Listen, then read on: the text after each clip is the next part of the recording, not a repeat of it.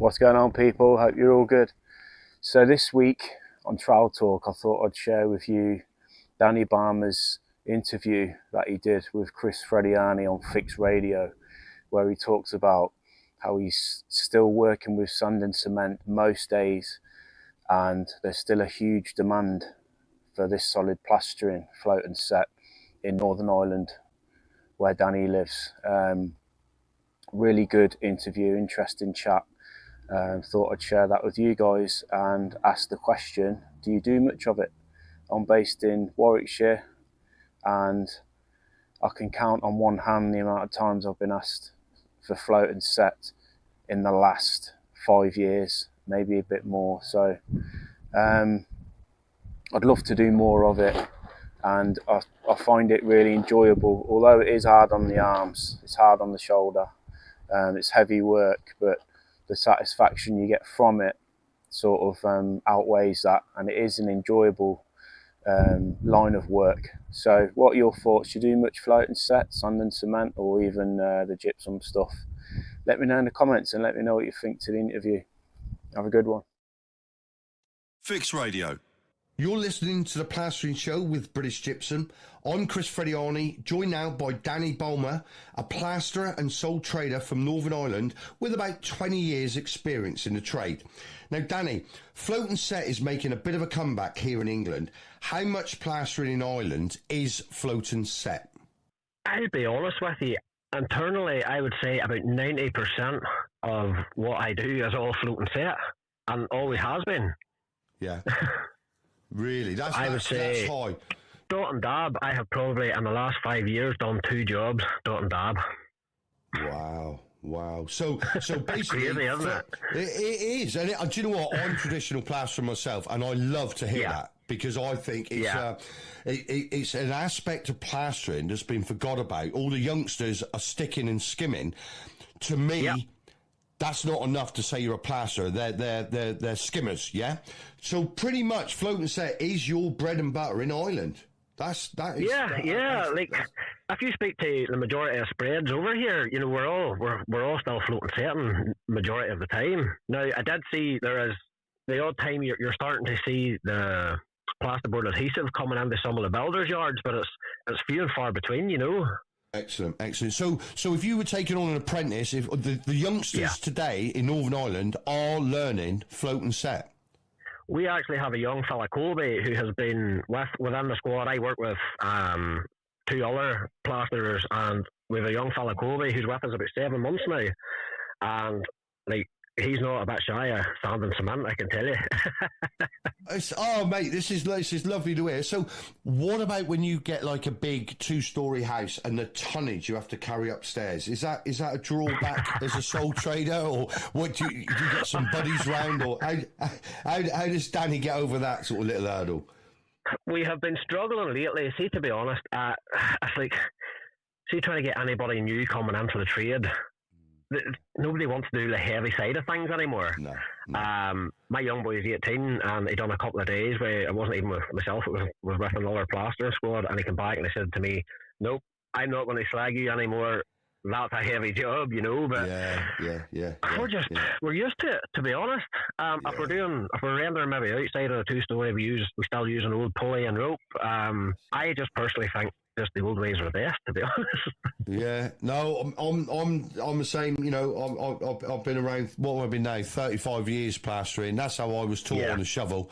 You know, a big diesel lister mixer and a shovel, and I was sent to 20 ton of sand and start firing it in. Do you know what I mean? So, have you? The fire. That's it. Yeah. Used to rev the boy right up.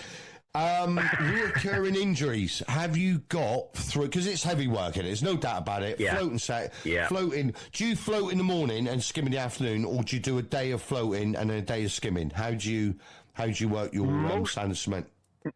Most of what we're doing would be obviously the sand and cement. So we would have to. You can't scam obviously the same day. So what we're doing is we would maybe quite big houses we normally work on. So we would spend maybe 2-3 days and float a whole floor. Yes. And then we would skim all the ceilings and then set the walls just after that, you know, so it works well for us. Now, Danny, will you go to the end of your career with Float and Set, or will you start to bring in dot and dab? That's a good question, actually. The same idea. If you speak to any of the guys over here that have been floating setting for so long, like, my knees are in bits. You know, it's the same with all the guys. But I enjoy it. You know, as much as I'm sore, I enjoy it, and I don't think I would prefer to start dotting and dabbing. To be honest, no, I don't think so. That's a good honest answer. It's you know, it's a good workout, isn't it? Float. I do like floating. Oh, yeah. We honestly we might get 2 jobs a year where it's traditional float and set, and I love it. I love the youngsters to get, because you know they're all shy away from it, and I say, what we do on the outside, we're just doing in here. You got your straight edge. Work off the door linings. I'll put the beads on in front. Come on, just jump in, and you know we always put a tight one over first, and then another one over, wet on wet. Do you know what I mean? Bring it out. Yeah, there's no hiding either when you're floating and setting. You need everybody on their game and pulling their weight. You know. Yeah. Because you're quite right. I love that. There's no hiding, because you will find on the outside the youngsters shine away, won't you? Oh, I'll just go and get the water. I just no. Floating setting. You got to be here with me, side by side. I do like that, Danny. Just slightly diversing, Danny. We've been talking about quoting for work on today's show as well. So have you tried quoting from pictures, or do you still traditionally like to go and see the job in person and get the old tape measure out? How does Danny go and price new work? Always love to seal a job, to be honest. Always love to seal a job. Yes, sometimes I would ask for pictures, but that's never really enough. You know, you need to go and see it firsthand. And it's like any job, there's always wee extra bits once you get there that they all like to add on, you know. Yeah. No, I totally agree. I was just talking to Steph about that earlier on. And there's always something new from going to look at it to when you arrive to do the job, isn't there? There's always something that they've changed and they expect it thrown in. Yeah. No, she was giving some good tips. Yeah. I think what's wrong as well, a lot of guys now think that there's so little work involved in it, you know, and they'll send you a picture and it's just like, oh, it's only a wee small job. And then whenever you get there, you have to explain to a customer what's actually required to do the job right, you know? Yeah. Do you like it when the customer, and they go, Danny, it'll only take you a day? How do they know? How do they know, if they're not a plasterer, how long the plastering is going to take? It always, and I go, oh, really? I'll tell you what, I'll send you over a Hawk and Trowel. When you finish, come and work for me, because I couldn't do that. Do you know what I mean, innit? It's a bit... Exactly. And it's their skill set, really. You're really selling your skill set. You're not really selling your time. That's the way I look at it anyway. Yes. You know, it's your actual skill set you're selling. Like, I've took nearly 20 years to get myself to where I'm at now, and that's what I'm selling to the customer, you know? Yes. No, I totally understand, my friend. I totally understand. So, Danny, what lessons have you learned over the years when it comes to quoting and giving customers a price for work? This is for the our younger listeners. Is there any advice you can give when you're quoting and giving customers a price for work? I think there's so much pressure on guys now to be, you know, like competitive, as in pretty cheap. But the only thing, and a guy that I work with once told me, if you're quoting cheap, you'll just get plenty of cheap work, you know, and then you're under pressure because you're on a tight line and stuff, and you know, you just need to know your value. That's such a strong thing. You need to know your value and price accordingly. And you know what? See, as long as you're leaving good quality work, the work will come. Fix Radio. Thank you for joining me for another plastering show here on Fix Radio.